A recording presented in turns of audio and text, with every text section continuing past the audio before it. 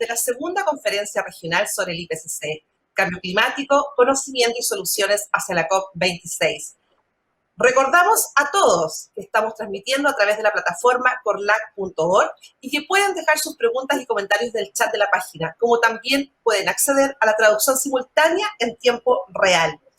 En el siguiente panel abordaremos el cambio climático y la conservación de los océanos, de la mano de la moderación de Paloma Ávila, directora del área Ciencia y Futuro de CDN Chile. Damos la bienvenida a los panelistas. Valdemar Kuch, que en este minuto se está conectando, director de Medio Ambiente y Asuntos Marítimos del Ministerio de Relaciones Exteriores del Gobierno de Chile. Desde la Dirección de Medio Ambiente y Asuntos Oceánicos, es responsable de coordinar la posición de Chile en los foros internacionales donde se discuten los temas a su cargo, procurando armonizar los intereses de los diversos actores nacionales con los compromisos que Chile ha asumido en el ámbito internacional. Esperamos entonces, por mientras, la conexión de Valdemar Kuch y seguimos presentando al resto de los panelistas. Silvia Erb, oceanágrafa, defensora de los océanos y el medio ambiente, bióloga marina, exploradora y autora estadounidense. Es la autora de numerosos documentales para National Geographic desde 1998. Fue la primera científica jefe de la Administración Nacional Oceánica y Atmosférica y fue nombrada por la revista Time como el primer héroe del planeta en 1998. Ha dedicado su vida a estudiar los océanos. Bienvenida, Silvia. También nos acompaña Laura Ramajo, bióloga, máster en ecología, doctora en cambio global e investigadora del Centro de Estudios Avanzados en Zonas Áridas. Su investigación está centrada en estudiar los patrones fisiológicos en especies marinas que ofrecen resistencia y tolerancia a un océano cambiante. La información obtenida de este trabajo es aplicada para determinar cuán adaptadas y resilientes son las comunidades costeras al cambio climático, así como definir potenciales sitios de conservación y restauración. Laura es autora líder del 6º reporte del IPCC en el capítulo regional Centro y América del Sur. Muy bienvenida, Laura. También nos acompaña Philip Hamilton, documentalista, fotógrafo, conservacionista. Más de 30 años dedicado a la navegación y el buceo, reconocido mundialmente por su trabajo de documentación de la mayoría de los animales marinos que existen en el planeta. En sus propias palabras, el mar para mí fue siempre una necesidad. Autor y director de las películas más premiadas sobre cetáceos que se estrenaron el año pasado, de hecho, donde participaron más de 60 fotógrafos y cientistas marinos que estuvieron recorriendo el mundo durante 18 meses. Muy bienvenido, Philip Hamilton. Paloma Ávila, te dejo liderando este magnífico panel llamado Cambio Climático y Conservación de los Océanos. Muchas gracias, bienvenidos todos, gracias por acompañarnos en esta tan necesaria conversación sobre los océanos. Nosotros que somos terrícolas, que andamos sobre la tierra, tenemos tantas cegueras respecto del océano. Nos cuesta valorar lo que no vemos, más aún cuidarlo, y así lo han demostrado todos los últimos informes del IPCC que hablan de la degradación aceleradísima de los océanos, del impacto que está teniendo la vida humana, la productividad en ella, y cómo finalmente nos vamos quedando de a poco con menos para todos, para el planeta completo, para la humanidad y para todas las especies que coexisten con nosotros en este planeta, particularmente asociado a fenómenos como la regulación del clima. Sabemos que el océano es responsable, muy importante, responsable de la regulación del clima, que también conserva hábitats que son únicos, que son muy necesarios para la vida de otras especies y la de nosotros mismos, nos alimenta muchas veces y genera innumerables servicios ecosistémicos que todavía estamos aprendiendo y estudiando para comprender el vínculo que tenemos y que es imposible de deshacer con el océano, pero que nos cuesta mucho comprender y asimilar.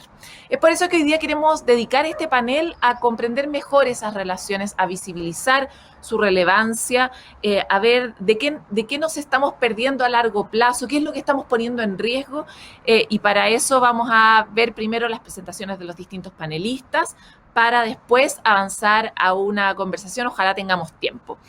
Quiero saber si Silvia ya está conectada para poder presentarla. Vamos a avanzar entonces con Laura. Ya, perfecto. Que aquí todo es muy espontáneo, ustedes saben. Como el mismo clima que cambia, nuestros paneles también son dinámicos. Entonces, Laura, queremos darte a ti la palabra. Vamos a partir con tu presentación y después volvemos con más preguntas. ¿Qué tal? Buenos días desde Coquimbo y muchas gracias por esta invitación a la segunda conferencia regional de cambio climático del IPCC. Yo también participé en la primera, así que feliz de poder apoyar a Fundación Mérida al IPCC en este evento de hoy. Bueno, me pidieron que hablara un poco de las comunidades costeras y de cómo éstas se pueden adaptar y al cambio climático. Entonces dejé una presentación súper cortita, que muchas de las cosas ya se han dicho en las otras conferencias y en los otros paneles que ya ha habido, y más desde la perspectiva en la que voy a hacer un poco la presentación desde la perspectiva, desde la investigación, que es desde donde yo trabajo. Entonces, si me puedes dar la siguiente diapositiva, por favor.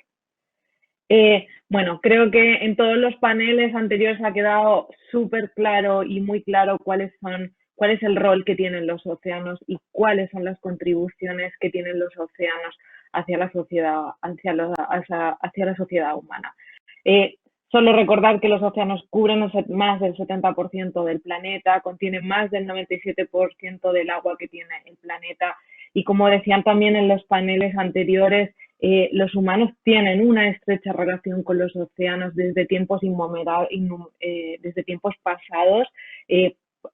Una muy buena parte, por no decirla todo, de la evolución del ser humano ha estado asociada a las costas y a los océanos y a los diferentes usos que estos dan en temas de alimentación, en temas en temas culturales, en temas de oportunidades que luego vamos a ver. Y al día de hoy son más de 680 millones de personas que viven en zonas costeras, muchas de esas zonas costeras de baja elevación, y para el 2050 se está pronosticando que casi 1 billón de personas podrían estar viviendo cerca de las zonas costeras. Y bueno, en esta imagen algunas de las grandes contribuciones que tienen las zonas costeras y los océanos, más allá de toda la parte cultural, de toda la parte en la que nosotros usamos los océanos para hacer deporte, para hacer turismo, para bucear, son una fuente muy importante de biodiversidad y tienen una gran cantidad de ecosistemas que son súper importantes desde la adaptación y desde la mitigación, y nos proveen de oportunidades de empleo, de comidas, de medicinas, etcétera. Por lo tanto, el cambio climático, los efectos del cambio climático en los océanos son muy importantes y son preocupantes también por esta misma relación que les contaba anteriormente. ¿Me puedes dar la siguiente, por favor? Y bueno, el IPCC en el 2019 publicó este maravilloso reporte que está muy focalizado en océanos que está focalizado en océanos y criosfera, y en la parte de océanos determinó a escala regional cómo cada uno de tanto los efectos tanto físicos, biológicos a nivel de ecosistema, y tanto los impactos en los sistemas naturales como los sistemas humanos podían ser afectados. Y bueno, desde el punto de vista de Latinoamérica y de Centro y Sudamérica, que es al ser una conferencia regional, bueno, decir que bueno, los impactos ya son visibles. Este reporte especial de océanos y criosfera ya determinó que hay cambios importantes en la temperatura del océano, en la acidificación, se está incrementando los niveles, se están disminuyendo los niveles de pH, en la disminución de oxígeno, y todo esto tiene impactos muy, muy importantes en muchos de estos ecosistemas que proveen todas estas contribuciones, servicios y beneficios a las comunidades humanas, como ya hemos visto en los anteriores paneles, a los arrecifes de coral, a los manglares, etcétera, y muchos otros de los ecosistemas. Y todo esto impacta definitivamente sobre los sistemas humanos, sobre nuestra seguridad alimentaria, sobre las pesquerías, sobre el turismo, sobre el uso que nosotros le damos a la costa. Y una de las conclusiones importantes de este reporte es la confidencia, ¿no?, que tenemos en estos cambios. Y algo que es súper importante para nuestra región y que que se ha identificado históricamente es que, aun siendo una de las regiones más vulnerables al cambio climático por muchas otras razones que vienen subyacentes o que vienen desde atrás, existen pocos estudios o no suficientes estudios que nos ayuden a determinar principalmente cuál es efectivamente la dirección y la magnitud del cambio. Eso incrementa nuestra vulnerabilidad y por lo tanto incrementa nuestra exposición al cambio climático. Y por lo tanto, por ejemplo, a efectos tan importantes como, a lo mejor poniendo el ejemplo en Chile de las floraciones de algas nocivas, ¿no?, que son tan importantes tanto o que impactan tanto la economía local, las comunidades locales, la salud de las personas, etcétera. La siguiente, por favor. Pero bueno, para no hablar siempre de cosas malas, existen soluciones y existen medidas que podemos tomar para adaptarnos a estos cambios, más allá de todas las otras estrategias de mitigación al cambio climático que permiten atacar la causa principal del cambio climático. Y bueno, las comunidades costeras, al estar expuestas a estos cambios en los niveles de oxígeno, en las temperaturas, a la subida del nivel del mar, a un aumento en los eventos extremos, a cambios importantes en la distribución de las especies, sobre todo aquellas que están sujetas a pesquerías o acuiculturas. Bueno, existen medidas que pueden estar basadas, como pongo ahí algunos ejemplos, en generar estructuras de estas que se llaman de protección dura, como diques o murallas que eviten, por ejemplo, el embate de los eventos extremos o, por ejemplo, la subida del mar. Y existen estas medidas que son ampliamente utilizadas y que son súper importantes, las medidas basadas en la naturaleza o las medidas basadas en los ecosistemas, que parten de esta conservación y de esta conservación y de poder restaurar estos ecosistemas que son tan importantes y que proveen tantos servicios ecosistémicos y tantos beneficios y contribuciones a las sociedades humanas.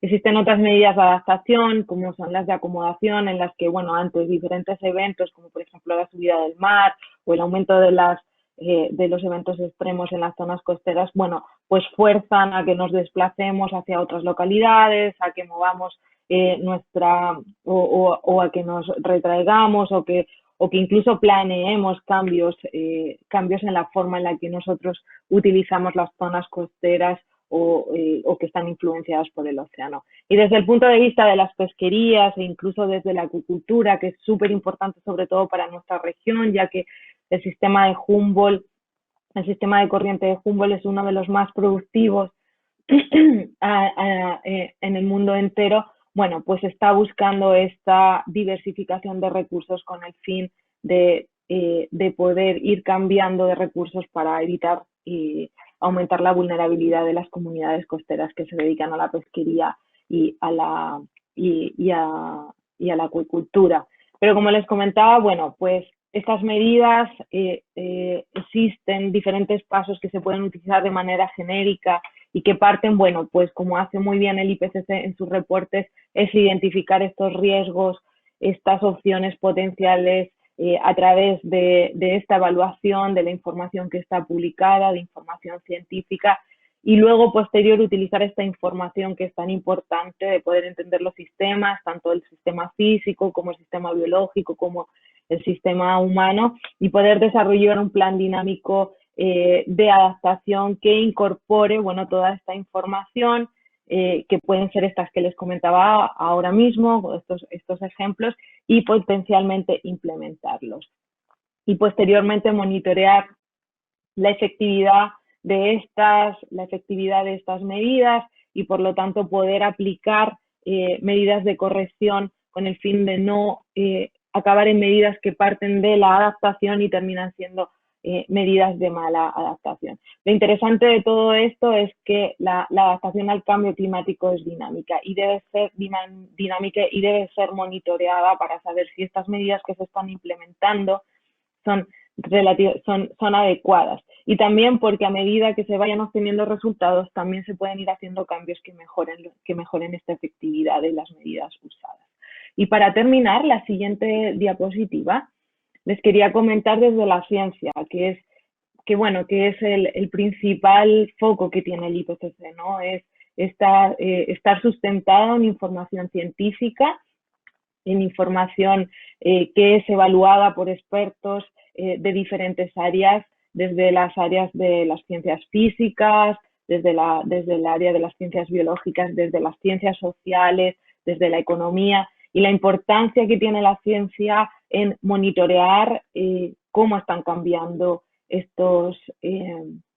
cómo está cambiando o cómo afecta el cambio climático tanto a los sistemas naturales como a los sistemas sociales. La creación de sistemas de alerta, ya presentaba Ana María en el anterior panel, la iniciativa del Blue Boat Initiative, estos sistemas de alerta que permitan que las comunidades costeras y los usuarios del océano puedan tomar medidas para protegerse de ciertos eventos y de ciertos eventos como lo pueden ser los extremos, los huracanes y la necesidad de tener que invertir fondos para poder mantener este monitoreo y estos sistemas de alerta. Por supuesto, el continuo uso de la investigación y la generación de nuevo conocimiento que determine de alguna manera o que siga determinando cuáles son los patrones o cuáles son los cambios que afectan a las especies, a los ecosistemas, a las personas, levantar información de vulnerabilidad, de capacidad adaptativa desde diferentes aristas, multifacética, multisectorial, y poder incorporar todo esto también para poder hacer llegar esta información y comunicarla a la sociedad para que también empiece a adaptarse al cambio climático, porque una de las principales limitaciones que tiene la adaptación al cambio climático es esa falta de información que termina llegando a la comunidad para que la termine insertando en sus tomas de decisiones. Y bueno, mi presentación era cortita para poder luego discutir, así que yo termino aquí. Gracias. Muchas gracias, Laura, por tu presentación. Vamos ahora a dar el paso a Silvia Earle, para los que recién se integran a nuestra transmisión. Como ustedes saben, ella es bióloga marina, es oceanógrafa y es una defensora de los océanos que además le tiene mucho cariño a Chile, la hemos visto mucho acá. Silvia, it's very nice to have you here. It's your turn.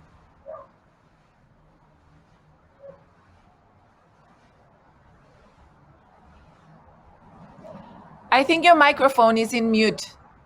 I think you have to turn on the mic.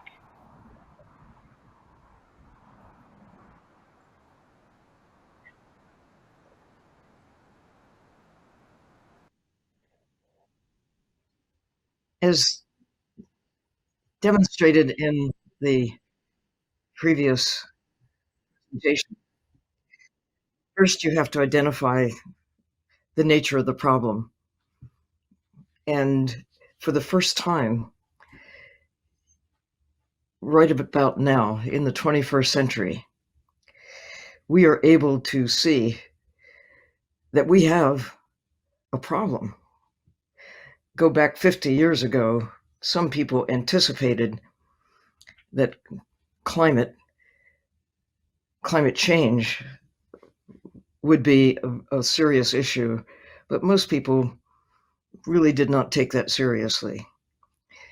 And the idea that the ocean had a prominent role in shaping climate had not really become obvious to most people, including climate scientists, until fairly recently. But now it seems obvious that the ocean drives climate, shapes planetary chemistry, shapes the temperature regime of the planet. Without the ocean, there would be no climate. The ocean is the governing force that underpins the nature of the planet as a whole, and it is not just a physical phenomenon. Now we know that it's the living ocean that is really driving the nature of the planet that is our home. Just in recent times, the concept of blue carbon has begun to be appreciated, that every living thing, from microbes to whales, humans to fish, we are all carbon-based units.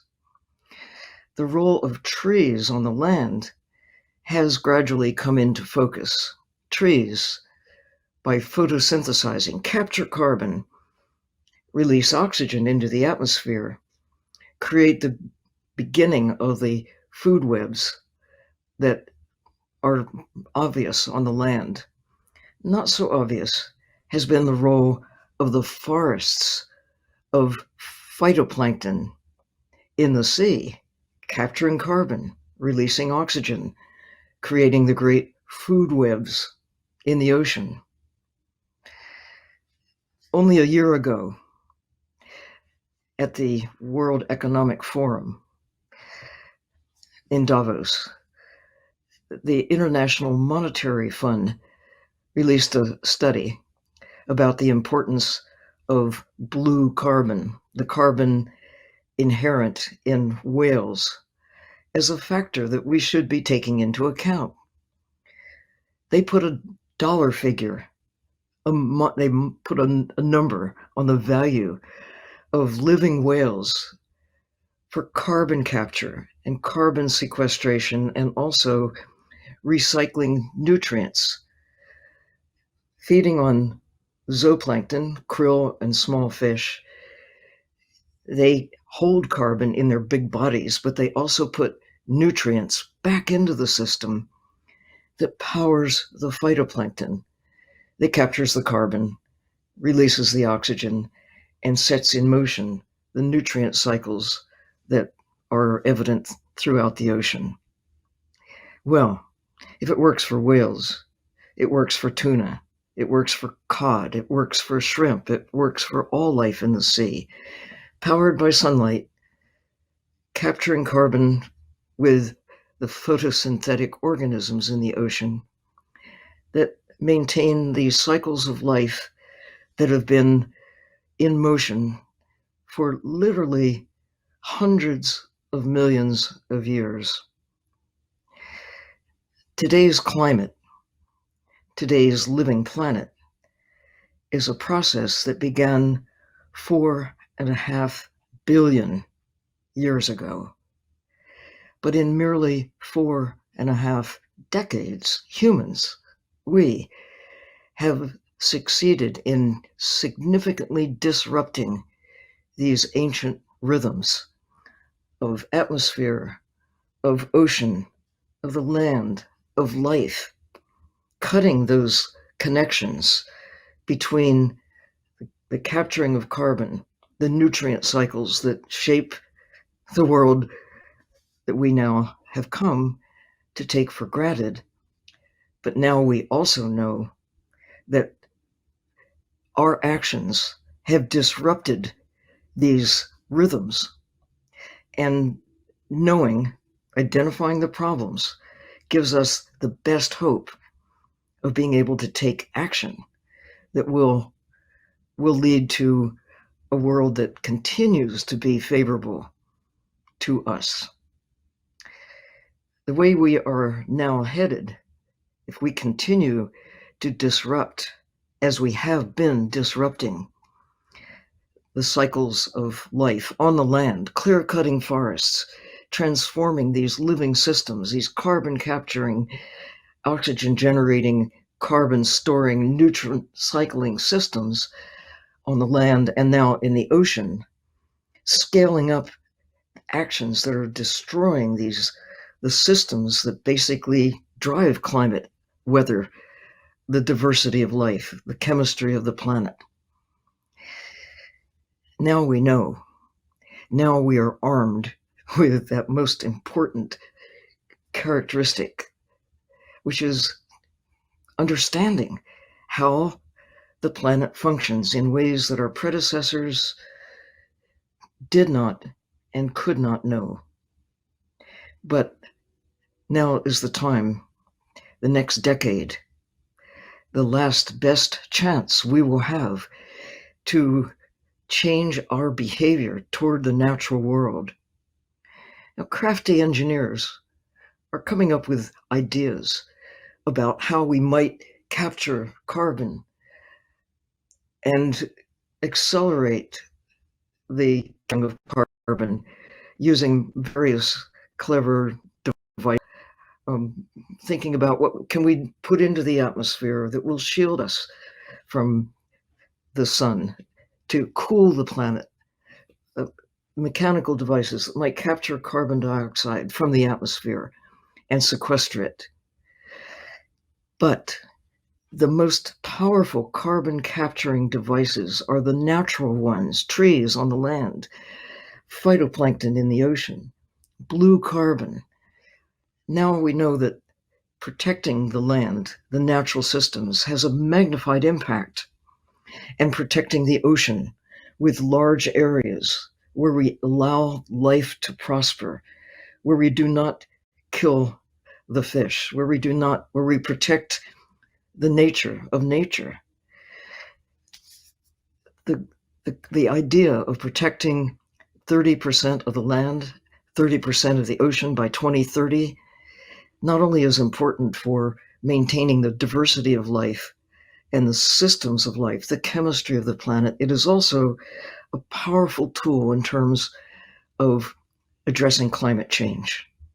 We are now aware as never before, a moment in time when our actions, either through what we positively do or by doing nothing and continuing this downward cycle of destroying the natural systems that make our existence possible, we have a choice.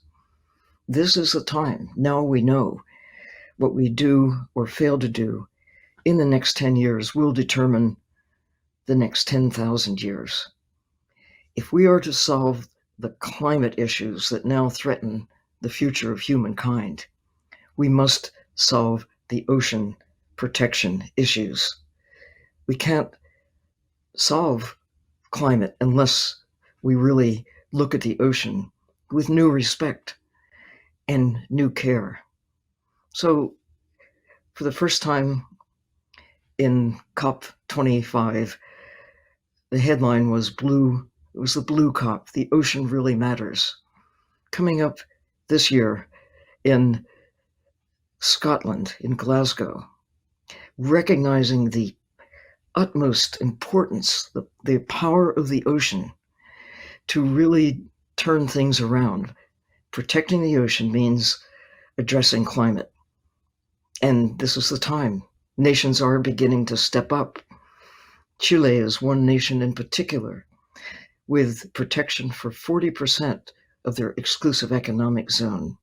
Other nations, too, are beginning to recognize the critical importance, for many reasons, including climate, to protect the ocean. The high seas really loom large as one of the most important things that we can do in our time. The blue heart of the planet, the blue heart of the ocean, to embrace it with enhanced care.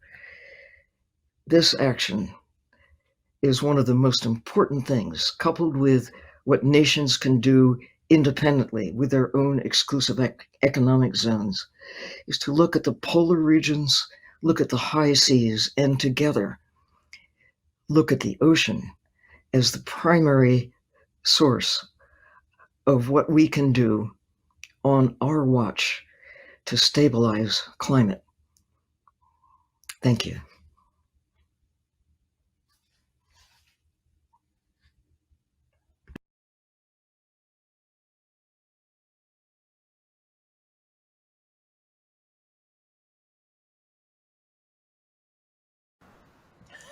Again, thank you very much, Silvia, for your talk. We are going to have the opportunity to ask you some things at the end and at the rest of the panelistas. So right now I want to introduce Philip Hamilton. Para aquellos que se acaban de unir a nuestra transmisión, él es documentalista, ha participado de grandes producciones que permiten justamente ver la riqueza de los océanos y la riqueza de algunos de sus habitantes más sorprendentes, como son las ballenas. Es fotógrafo y es conservacionista. Philip, es tu tiempo. Hi, Paloma. Thank you so much for the opportunity.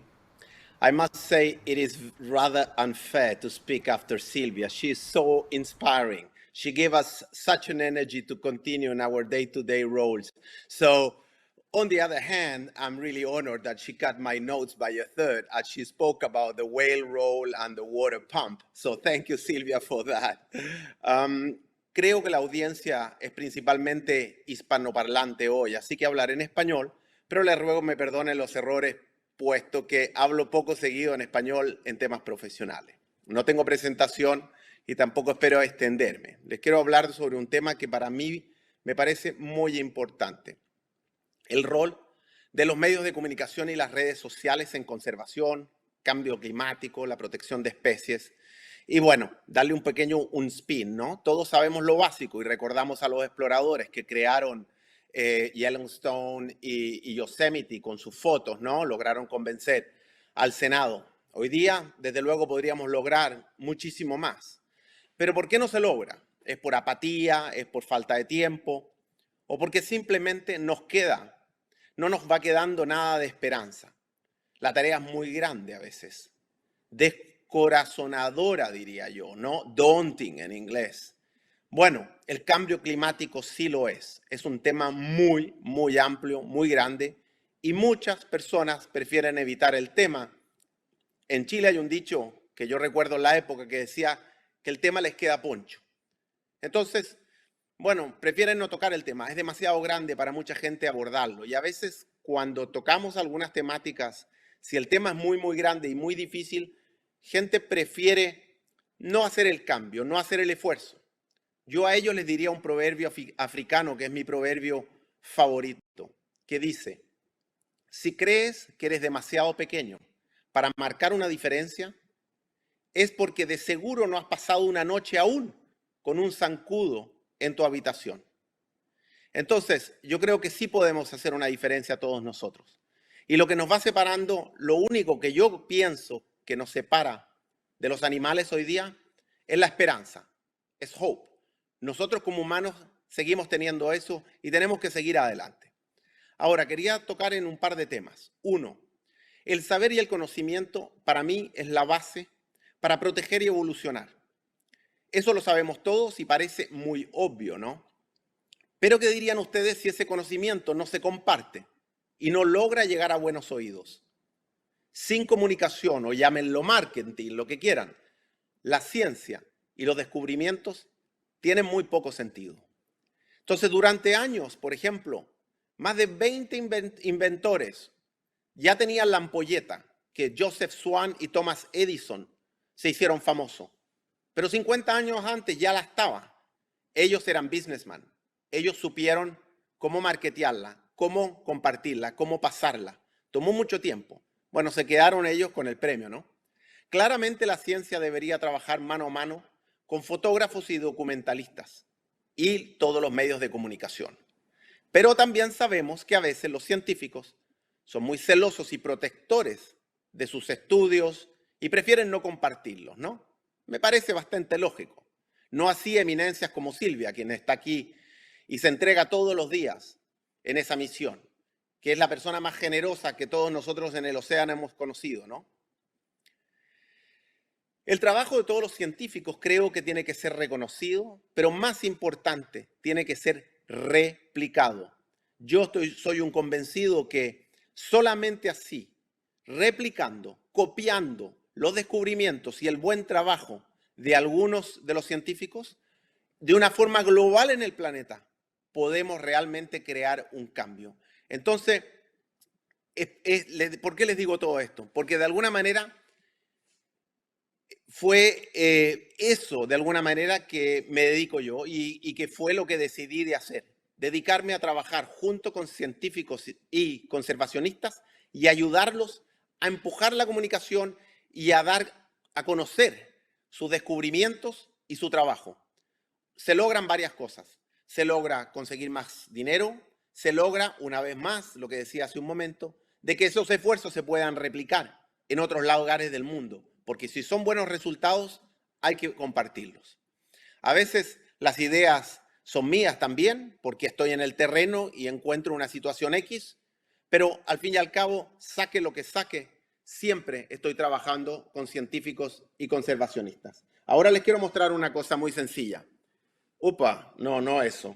Les quiero mostrar esto de aquí. ¿Y qué es lo que dice esto? Dice que el 40% de los anfibios están en peligro de extinción. ¿Y por qué? Dicen, pero si estamos hablando del cambio climático, de los océanos, ¿por qué los anfibios? Les voy a contar, porque hace un tiempo atrás una fundación vino a verme y me dijo, Philip, tengo un problema. Y yo le dije, bueno, ¿qué es? ¿Cómo te puedo ayudar? Me dijo, me encantaría poder levantar dinero para las ranitas, para los sapos, para los anfibios, pero como fundación y como no logramos conseguir dinero para ellos. Entonces, lo que me di cuenta en ese momento es que había un problema para las especies y los ecosistemas que no son icónicos. Ellos tienen tendencia a no recibir apoyo ni fondos. Entonces, ¿qué pasa? Nadie se quiere preocupar, ¿no es cierto? ¿Por qué? Porque principalmente la gente que hace medios de comunicación, que hace documentales, se preocupan de o conseguir dinero o hacerse famosos o de alguna manera ganar una audiencia. Entonces, para eso, ¿a qué se dedican? A hacer películas, si hablamos del océano, de tiburones, de rayas, de mantas, ¿no es cierto? O de delfines, o lo que sea, con un fin de alguna manera porque vende bien. Pero lamentablemente las ranitas y estos anfibios, ¿no es cierto?, no venden y no consiguen el apoyo. Y por eso es una de las tantas razones, diría yo, que no hemos logrado proteger algunos lugares. Entonces, el punto es, ¿qué hacemos para poder proteger algunos ecosistemas igualmente importantes? Y si hablamos del océano, hablemos de manglares, hablemos de praderas de pastos marinos, hablemos de algas, que son igualmente importantes que los corales. Los corales son muy lindos y la gente habla mucho. Perdemos muchísimo, pero hemos perdido muchísimo más kelp, o sea, muchísimo más algas, macroalgas, de lo que hemos perdido quizás en corales, o quizás igual, pero muy poca gente habla de las algas. ¿A quién se le ocurre hacer una película de algas? Bueno, algunos de ustedes habrán sabido, el viernes pasado lancé una película que se llama Bosques Azules y que estamos sacando una versión en inglés de Blue Forest, ¿no? Y vamos a tocar de ese tema. Entonces, yo creo que hay un tema fundamental en que ONGs, fundaciones, científicos, agencias y otros organismos deberían apoyar los medios de comunicación para que los temas no tan conocidos de alguna manera se aborden y se les pueda proteger. Hay dos cosas que quería terminar. Uno, de las últimas dos películas que he logrado, que tienen un impacto del cambio climático. Como les dije, en la temática de Ocean Souls, que fue la primera película en las series sobre las ballenas, había un capítulo muy grande sobre el impacto en el cambio climático a través del water pump que Silvia mencionó hace un momento y que el IMF le dio un valor económico a cada una de las ballenas, en cómo de alguna manera, casi como un agricultor que tiene buena tierra y tiene buena agua, logra mantenerse, ¿no?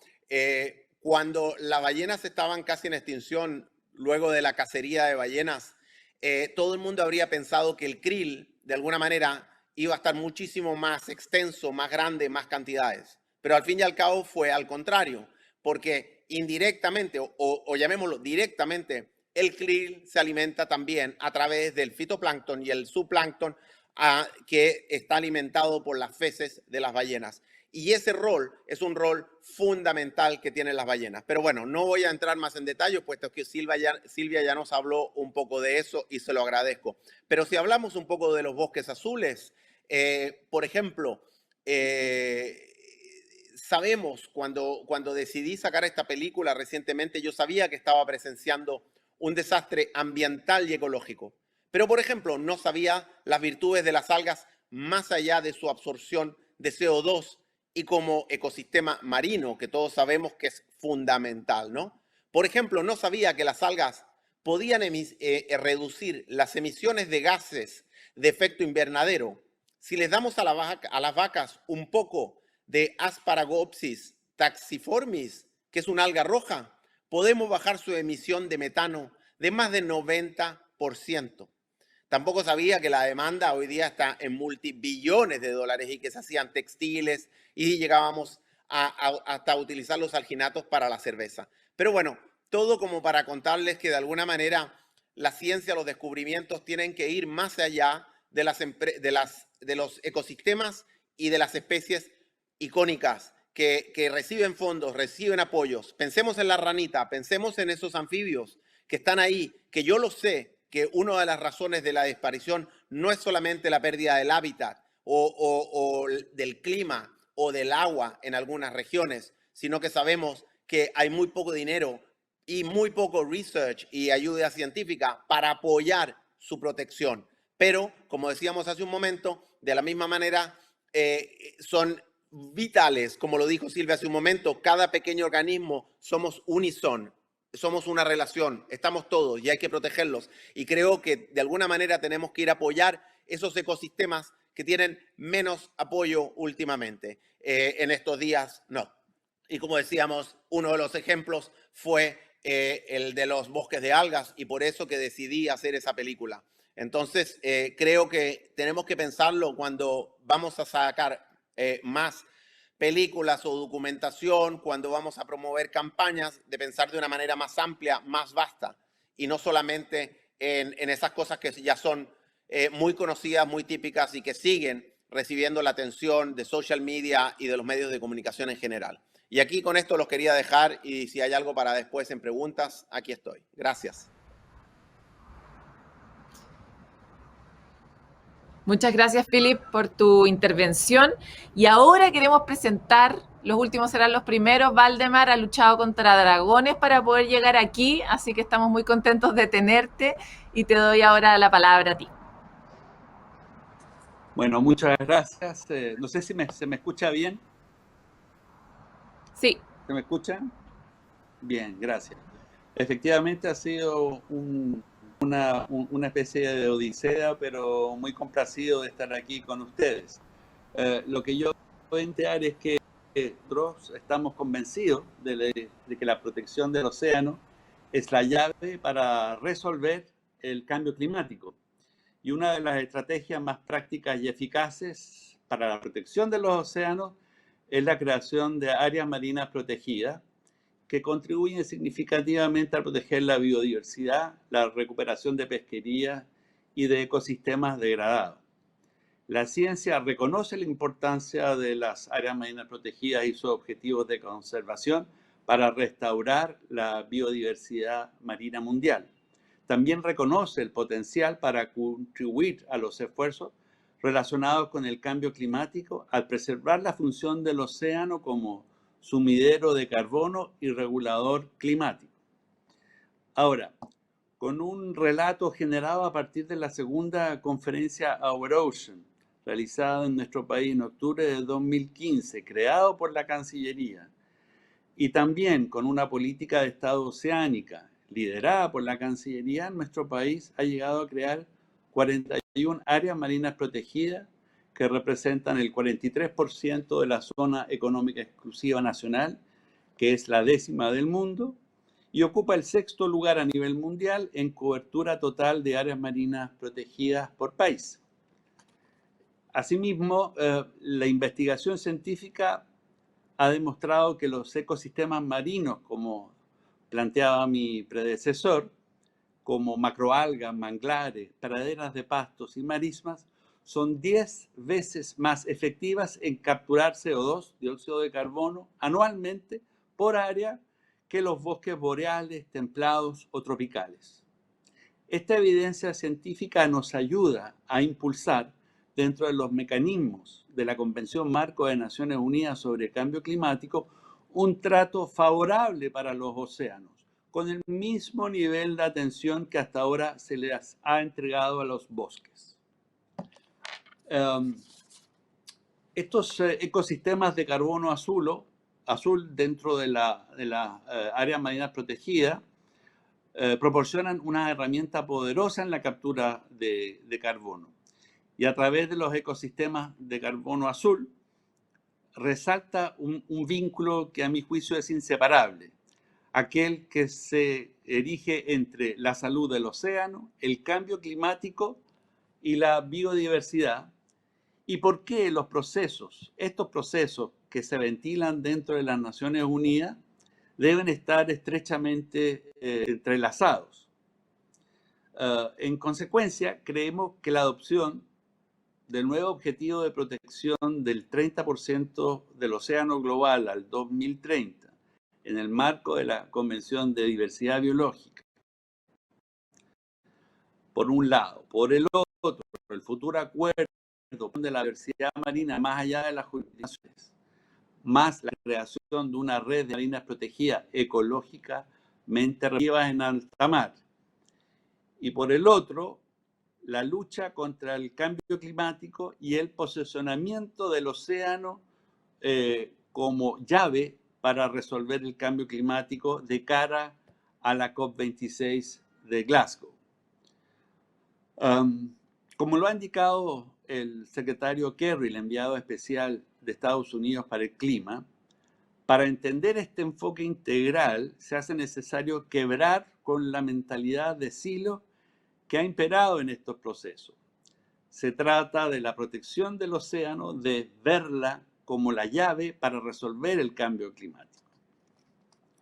En este contexto y durante la cumbre de líderes sobre el clima convocada por el presidente Biden en abril pasado, el presidente de Chile, Sebastián Piñera, planteó que debíamos ser más ambiciosos. Internacional, hemos llamado la segunda fase de su esfuerzo para asegurar la protección marina, dándole un sentido de urgencia a la acción en alta mar. Esta propuesta está en línea con la declaración final del presidente Biden en el sentido de que esta década es una década de decisiones, de implementación y de colaboración. ¿De qué estamos hablando? Se trata de liderar el camino para crear un área marina protegida en nuestra proyección natural en el alta mar como una medida prioritaria para abordar la crisis climática. El área marina protegida de alta mar está en el Pacífico suroriental, será el primero de su tipo y está destinada precisamente a proteger la cordillera de Nazca, que es un área conocida como EPSA, que es una área significativa ecológica y biológicamente hablando. Esto en virtud de la Convención de Diversidad Biológica. Hay suficiente evidencia científica sobre este hotspot de biodiversidad que ha sido preparada por científicos de diversas instituciones públicas y nacionales, el mundo académico y sociedad civil. Y hemos ya establecido un comité científico independiente con el objeto de estudiar la acción del área para presentarla a organismos internacionales. Otro tema que es ya consabido es que tenemos un compromiso con la Antártida y sus ecosistemas y que en 2018, junto con Argentina, presentamos ante la Comisión de Conservación de los Recursos Vivos Marinos Antárticos una propuesta para crear un área marina protegida en el norte de la península con una extensión aproximada de 672.000 kilómetros cuadrados. Quiero que relieve la participación de Chile, panel de para una economía sostenible que reúne a 14 países, liderado por Noruega y del cual Chile es miembro. Aquí se trata de poner de relieve soluciones oceánicas para el cambio climático a través de recomendaciones significativas basadas en la evidencia científica en línea con el Objetivo de Desarrollo 14 que dice relación con los océanos y el uso sustentable de ellos. Que también ponen de relieve al océano como la clave para resolver el cambio climático. El panel plantea acciones específicas basadas en los océanos, identificadas como son la energía renovable basada en los océanos, la eficiencia energética del transporte marítimo y la descarbonización de esa industria, la protección y restauración de ecosistemas costeros y marinos, la reducción de la intensidad de las emisiones en la pesca y la agricultura y el almacenamiento de carbono en el lecho marino. Por último, me quiero referir al océano y la Convención Marco de Naciones Unidas sobre Cambio Climático. Yo me refiero mucho a las declaraciones del secretario Kerry, enviado especial presidencial de Estados Unidos para el clima, quien dice que cuando hablamos de océanos estamos hablando de cambio climático, y cuando hay una reunión sobre cambio climático es a la vez una reunión de océanos. Y es por eso que tenemos que lograr una mayor ambición en estas materias. Ahora, llevar las cuestiones oceánicas al centro de las deliberaciones de la Convención Marco de Naciones Unidas sobre Cambio Climático crearía un impulso muy relevante para lo que los países incluyan medidas relacionadas con los océanos en su estrategia climática. Se trata de resaltar las potencialidades de los ecosistemas de carbono azul, oceánicos y costeros, como dije, macroalgas, manglares, pastos marinos y marismas, que constituyen el sumidero de carbono más grande del planeta. Para nosotros, un resultado positivo en la COP26, que queremos que sea la segunda COP azul, debería incluir un claro estímulo a las partes para que incluyan la acción climática oceánica en sus estrategias climáticas. Hay un balance global que va a tener lugar el 2023 como parte del segundo ciclo de ambición del Acuerdo de París, y este podría servir para identificar las brechas y oportunidades relacionadas con los océanos. Ahora, como las soluciones basadas en la naturaleza son fundamentales para desarrollar la resiliencia de los ecosistemas, y dado que su financiamiento lamentablemente sigue siendo comparativamente bajo, tenemos que cambiar el paradigma contabilizando el valor de los activos naturales azules, identificando las necesidades de inversión, proporcionando recursos e incentivos y definiendo mecanismos de inversión y financiamiento. Aquí lo que se trata es de elaborar hojas de ruta para potenciar el carbono azul como parte de la economía azul de los países. Y aquí me detengo y muchas gracias por su atención.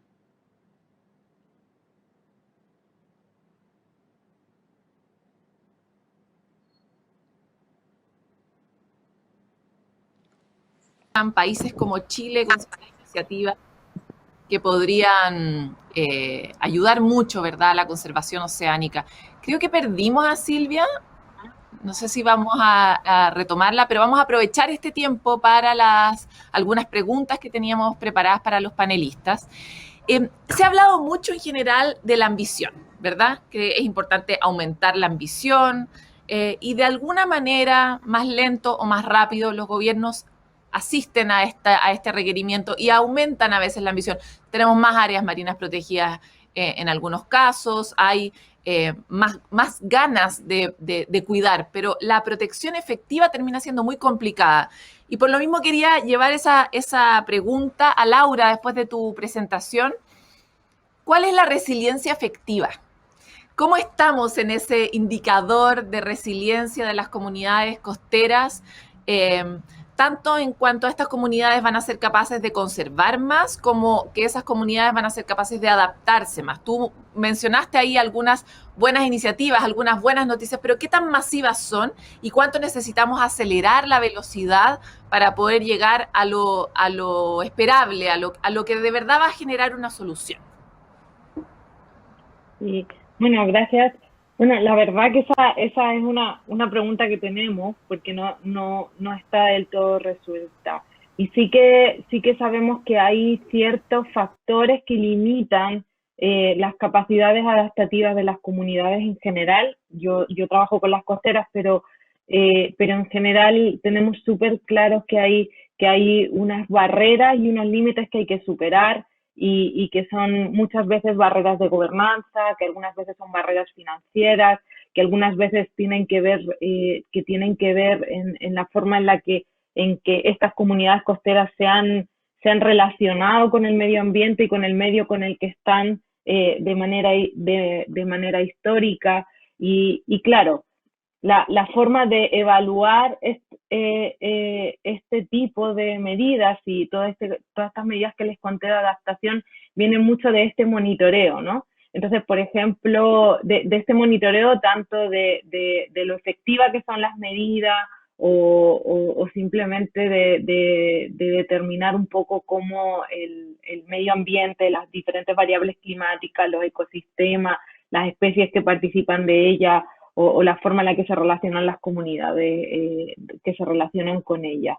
Pero la verdad que es una pregunta súper interesante porque la resiliencia de las comunidades costeras al cambio climático depende tanto de factores externos como de factores internos y finalmente un problema muy importante que determina que tú no te puedas adaptar bien o que seas menos resiliente tiene que ver con esa vulnerabilidad que muchas de estas comunidades arrastran de atrás, ¿no? Que tiene que ver con una vulnerabilidad social, una vulnerabilidad ecológica, una vulnerabilidad que tiene que ver también con la vulnerabilidad del sistema natural que usa o con el que se relaciona.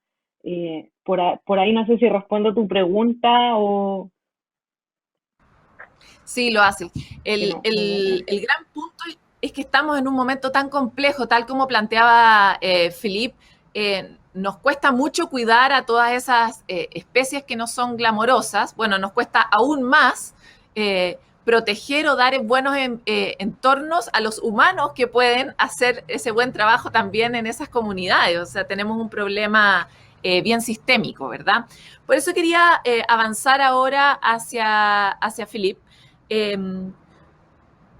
Tú pasaste de ser economista a ser conservacionista.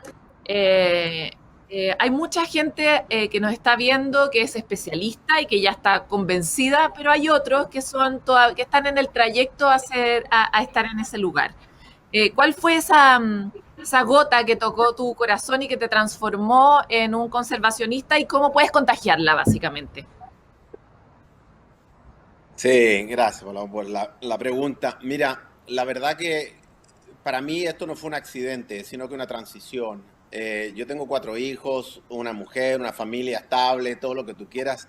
Y te diré que habría sido muy difícil para mí pasarme meses y meses en el mar trabajando en la época en que ellos estaban en el colegio. Y por otro lado también tenía que poder asegurar su futuro y su estudio. Entonces es algo meditado, ¿no? El amor y la cercanía del océano lo tengo desde que nací. Ahora, mientras yo estaba en la mesa del dinero, trabajando en grandes bancos, en grandes roles, te diré que todas mis vacaciones yo desaparecía. Mis jefes me ponían un teléfono satelital para ir a la Galápagos porque me decían, Philip, tú siempre te desapareces a lugares en que no te podemos encontrar. Y me ponían un teléfono, ¿no? Entonces, de alguna manera siempre estuve muy ligado, pero llegó un momento en que por razones personales me di cuenta que yo no necesito volar en un jet privado ni andar vestido de Armani. Creo que dejé de hacer muchas cosas el día que pasé a hacer conservación. Yo volaba avión, tenía un pequeño avión que volaba por Europa, tenía un lindo coche, un auto muy lindo. Bueno, hoy día no tengo nada, tengo una bicicleta eléctrica, no vuelo aviones, no hago ninguna cosa y la verdad es que no lo echo de menos. Entonces, nosotros creamos necesidades que no existen. Mira, el mundo, te voy a decir una cosa, el mundo lleva 100 años o 50 años tratando de erradicar la pobreza extrema y la hambruna. Y en principio se ha logrado. Si tú miras la cantidad de hambruna que existe hoy día, está principalmente dada por razones políticas más bien que económicas, ¿no? Porque hay migraciones que pueden estar relacionadas con razas o con religiones. Pero cuando miras, la hambruna se erradicó. Pero a la medida que erradicamos la hambruna, destruimos ecosistemas, sin preguntarnos que al fin y al cabo la destrucción de esos ecosistemas nos va a volver a traer a la hambruna. Porque sin lugar a dudas, hay comunidades hoy día que están inmigrando porque ya no tienen agua, porque ya no tienen ecosistemas, no hay manglares, no hay... a medida que perdemos un manglar, que perdemos un bosque de algas, vamos afectando todas estas comunidades. Y te voy a decir, el problema que yo veo y cómo yo trato de cambiar mucho esto, yo hablo con muchísima gente que son gente con mucho dinero, de muchas fundaciones que quizás son relaciones mías antiguas de mi trabajo. Y te voy a decir una cosa, ellos, el bottleneck, ¿ok? La restricción o la manera más difícil para ellos es, ellos quieren donar dinero, pero ¿cómo darlo? ¿A quién dárselo? Es uno de los grandes bottlenecks, una de las barreras más grandes que ellos tienen. Ellos quieren ver un resultado cuando dan dinero a algún proyecto, en alguna ONG o alguna cosa para crear alguna... Y ese es uno de los problemas que encontramos hoy día. Y te voy a decir otro comentario. Yo a ellos los trato de convencer todos los días y he tenido gran apoyo. Estoy haciendo 3 producciones más en temas de conservación y de océanos. En este minuto estamos en tres producciones y voy a sacar la versión inglesa de Bosques Azules que salió la semana pasada. Y el último punto que te iba a decir. Nosotros tenemos ambiciones enormes a nivel global del climate change. Tratamos de poner 30%, 15%. La verdad que la ley es una cosa. La fiscalización y la real protección es muchísimo más importante. Yo lo que veo en el mundo dando vuelta todo el tiempo, que la efectividad de la protección de esos ecosistemas es muy, muy baja. Y lo otro que hay que hacer es que hay que ir a sensibilizar el mundo en general más, porque hoy día, yo no sé si lo sabes, pero el 2% de todo, o sea, de toda la filantropía mundial, solamente el 2% va al medio ambiente. Y eso es excesivamente bajo. La gente tiene que empezar a pensar que si no protegemos el medio ambiente, no vamos a poder asegurar la supervivencia humana. Y esos son temas que hay que tocarlos cada día y es lo que hago yo con todo mi network y mi gente y lo que intento hacer con los medios de comunicación y las películas. Qué terrible que tengamos que siempre hablar de que nosotros nos podemos morir para que alguien se mueva y aún así con este argumento que es tan antiguo en el mundo de la conservación todavía no hay grandes giros, ¿verdad? Y quería ir hacia a Valdemar, aprovechar su presentación. Chile ha tenido un rol en tratar de marcar una pauta sobre cuánto más o menos uno podría ambicionar proteger, ¿verdad? Pero tal como planteaba recién Philip, es muy difícil hacer esa protección efectiva. Todos los días vemos cómo grandes barcos pesqueros chinos pasan las zonas de protección, violan esas barreras, etcétera. Entonces, tú que trabajas en este mundo que es un mundo tan complicado, que es el mundo de los acuerdos internacionales, ¿cuál crees que debe ser el acuerdo internacional mínimo que deberíamos querer como logro de la próxima COP en materia de protección de océanos? Bueno, gracias por tu pregunta, pero antes quería resaltar a Philip y muchos otros ambientalistas como mi amigo Max Bello, que se refieren a lo medular de la vida y de cómo nosotros en el paso por este mundo podemos efectivamente marcar una diferencia. Ahora, yendo a tu pregunta, yo sí quisiera poner de relieve el esfuerzo que hizo Chile en la COP25, que acertadamente la nombró azul, donde uno de sus objetivos más importantes fue precisamente fortalecer este vínculo del que estamos hablando, clima y océano, mandatando la creación de un diálogo océano-clima que se celebró en diciembre del año pasado, que fue reconocido a través de un informe del presidente de uno de los órganos subsidiarios de la convención, y que genera algunos mensajes clave, como perseverar en la inclusión de actividades oceánicas en la convención. Muy importante esto, integrar acciones coherentes en las agendas que se ventilan en las Naciones Unidas sobre biodiversidad, océanos y cambio climático. Estos 3 procesos están entrelazados.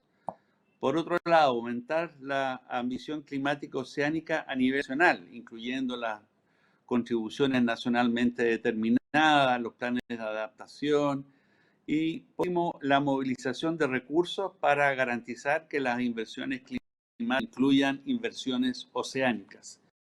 Y aquí también quiero hacer un punto en que El panel de alto nivel de economía sostenible que lidera Noruega y que, como dije, Chile forma parte de él, plantea un equilibrio entre protección, entre equidad, resiliencia e inclusividad, y ha identificado una serie de proyectos oceánicos de inversión en donde los réditos son 5 veces superiores a su costo. Entonces tenemos aquí las posibilidades de inversión en una recuperación post pandemia, aprovechando esta oportunidad que es como azul. Volviendo ahora a lo que nosotros estamos impulsando de cara a la COP26. Y me quisiera referir aquí a una iniciativa que lanzamos ya en la COP21 de París, y es una iniciativa que se llama Porque el Océano, Because the Ocean, que hoy en día reúne a 39 países y a una serie de fundaciones, instituciones y otros stakeholders.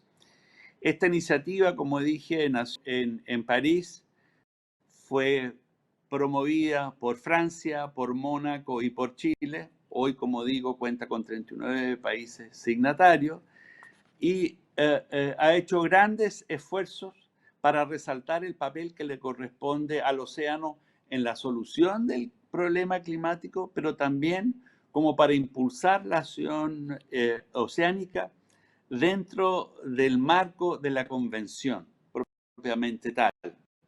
Entonces, en COP estamos trabajando dentro de una declaración para seguir fortaleciendo este nexo. Y queremos abordar temas tales como de qué manera podemos asegurar que el balance global al que me referí, que tendrá lugar en 2023, incluya al océano como componente central. O cómo se puede promover más acción y ambición, nueva ronda de contribuciones nacionales determinadas que se presentará en el año 2025. ¿Cómo podemos fortalecer el presupuesto oceánico dentro de los mecanismos financieros ya existentes? Se trata de no crear más burocracia financiera. O cómo podemos asegurarnos que en esta COP26 se aborde el nexo océano-clima y se adopten nuevos mandatos para seguir manteniendo la atención sobre este nexo. Y quiero terminar por una breve reflexión. Si damos prioridad a la biodiversidad y a la sostenibilidad oceánica en nuestra respuesta colectiva al cambio climático, esto va a tener sin duda graves repercusiones, no solamente para nuestra supervivencia, sino que sobre todo para los más vulnerables. Y aquí pienso en los países menos desarrollados, en los pequeños estados insulares, en mujeres y niños. Aquí estamos hablando de lo que se llama la jerga climática, la justicia climática. Por lo tanto, tenemos que invertir en nuevos sistemas de producción y consumo sostenibles, también en mecanismos jurídicos y políticos, como este acuerdo, que es el tercer acuerdo de implementación de la CONVEMAR, para proteger la diversidad marina más allá de las jurisdicciones, es decir, en alta mar. Y de sustentar todas las formas de vida en nuestro planeta y favorecer el buen estado de la salud de nuestros ciudadanos, que son, desde nuestra perspectiva, la llave para resolver el cambio climático. Gracias.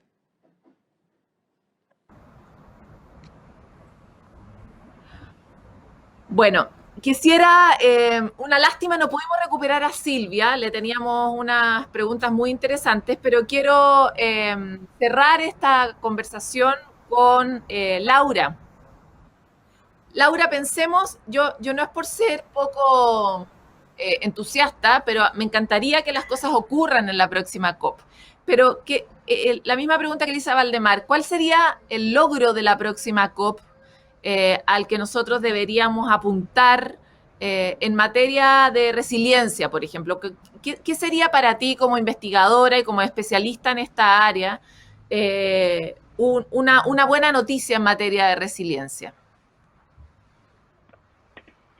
Bueno, a ver cómo te respondo esto. Bueno, las negociaciones en las COP son bastante complicadas, ¿no? Aunque todos tenemos bastante claro ya cuáles son los impactos y los efectos del cambio climático. Pero definitivamente como comentaba Valdemar, es súper importante que estas negociaciones también estén muy dirigidas a aquellos estados y a aquellas naciones que son mucho más vulnerables que el resto de otras naciones que, por ejemplo, tienen más financiamiento, que tienen más capacidades para poder adaptarse al cambio climático. Y ahí los estados que viven en islas pequeñas son uno de los grandes dañados, y como comentaba Valdemar, el tema de la justicia climática es súper importante porque estas naciones o estos pequeños son los que menos han contribuido al cambio climático, pero son los que definitivamente reciben